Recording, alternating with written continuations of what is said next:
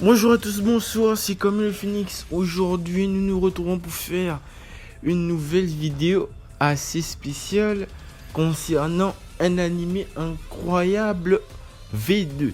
La première vidéo, elle consistait sur Gintama. Maintenant, aujourd'hui, je vais vous parler d'un animé que j'ai regardé très récemment et que je me suis dit que je dois en faire une vidéo. Ne vous en faites pas. Il y a d'autres animés incroyables que je dois faire des vidéos dessus. Bon, sans plus tarder, on va commencer à parler d'un animé que j'ai découvert très récemment, qui n'est autre que Mob Psycho 100. Ouais, vous avez sûrement entendu parler et tout. J'avoue, je suis très en retard. L'animé est sorti depuis 2016, mais je viens à peine de le regarder et tout. J'ai un peu la tête fraîche là-dessus, donc je vais parler de ça. Bon, par quoi commencer? L'animé s'appelle Mob Psycho et c'est disponible depuis 2016 au Japon avec la première saison qui compte 12 épisodes, la deuxième saison 2019, 13 épisodes. Bon, de quoi parle Mob Psycho 100? Tu vas suivre l'histoire de Shigeo Kageyama, un jeune collégien qui est en classe de 4e et tout, qui a des pouvoirs psychiques. En fait, c'est un univers où il y a des pouvoirs psychiques. Les pouvoirs psychiques, on les appelle en gros les détenteurs des pouvoirs psychiques. En gros, ce sont des médiums. Des médiums et il y a des esprits en fait. Et les esprits, là, en fait, le rôle des médiums, c'est de les exorciser. C'était comme si on était un peu dans le Digicam. C'est sorti depuis 2012. Ok. Kageyama cherche à vivre une vie paisible en fait. Il ne cherche pas à faire ses pouvoirs, comment dire, pour ses propres besoins. Par exemple, avec des pouvoirs psychiques, il peut être premier de la classe, etc., etc. Courir vite et tout. La preuve, il s'est même inscrit dans un club. Je vais vous laisser suivre.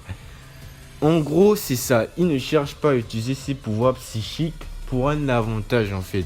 Pour lui, il est placé comme les autres humains. Ils sont dans un même pied d'égalité. C'est ce que là enseigné son maître Reigen. Reigen qui est mon meilleur personnage. Vraiment, c'est le best en gros. C'est ce que l'a enseigné son maître Reigen. Et à deux, ils vont exorciser des esprits en gros.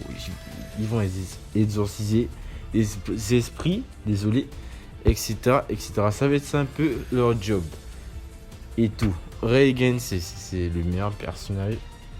Le but, en fait, c'est ça. C'est que Mob doit contrôler son pouvoir psychique. Parce que son pouvoir psychique, là, c'est en fonction des émotions, en fait. Et on va un peu suivre leurs aventures. Le genre de l'animé, c'est plus un genre surnaturel, aventure et humour. L'animé, là, en question d'humour, ils sont vraiment très forts là-dessus. Et encore une fois, Reigen, c'est le boss dedans. Mais il y a des personnages attachants et tout. Il y a vraiment de très bons personnages et tout. Et niveau développement de personnages, c'est quelque chose qui est fort dans cet animé. Je pense bien que c'est l'auteur de One Punch Man qui a fait Mob Psycho 100. Et vraiment, une très grande différence entre les deux animés. Vraiment, niveau protagoniste, c'est Itama et Shigeo Kageyama dit Mob. Il y a une différence. Je vais pas trop vous spoil, mais les émotions dans l'animé de Mob Psycho 100 sont extrêmement bien gérées. Il y a vraiment un changement vis-à-vis des personnages et tout. Une évolution en fait. C'est un peu ça qui est très très intéressant dans cet animé. Et bon, on va commencer. Il y a aussi des combats. Et niveau animation, c'est le studio Bones qui gère ça. Et l'animation, elle est magnifique, je n'ai rien à redire. Vraiment, elle est magnifique. Bon, j'ai pas envie de parler de la merde qu'ils ont fait avec la saison 5 de My Hero Academia. Bon, passons. Mais en tout cas, Bones a géré 2016-2019, Mob. C'est parfait. Et l'épisode 5 de la saison 2, pratiquement, c'est un film. C'est comme un film. Mais bref, vous allez suivre ça. Quoi s'attendre de l'animé Mob? C'est vraiment un bon animé. Tu prends ton ordinateur, ta télé et tout. Tu regardes ça, ton portable et tout. Tu es là, tu te détends, tu vois, tu vas passer un bon moment. un beau moment d'humour et tu vas rigoler et tu vas kiffer les combats et tu vas kiffer l'histoire. Ils ont une très belle histoire. Et surtout, ce qui est fort vraiment de l'anime là, c'est les émotions. C'est vraiment les émotions. Faut pas suivre toujours aussi l'aspect combat. Mais bon, c'est pas un anime aussi full combat. Non, c'est pas ça. Mais vraiment, les émotions dans cet anime sont bien gérées. Surtout la relation de Reigen et Mob. Leur relation, c'est une relation assez intéressante. Et je sais pas quoi dire de plus. C'est vraiment un bon animé. Là, il me reste approximativement 3 épisodes pour finir la saison 2. Je tenais à vous parler de cet animé spécialement. C'est un animé qui me tient à cœur et que j'espère que des gens doivent suivre ça, parce que un animé qui a tant de valeur et tout, je me suis dit que je dois faire une vidéo sur ça.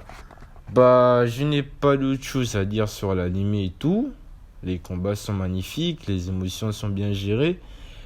Le changement de personnage, le développement de personnages sont assez bien gérés et tout. C'est un très bon animé et tout. Et il y a une saison 3 qui a été annoncée par Bones, qui va adapter les 4 derniers tomes du manga et tout. Donc on sera là pour regarder la saison 3. Ça sort, je pense, 2023 là, ou fin 2022. Et on va en parler. Et sur ce, sayonara.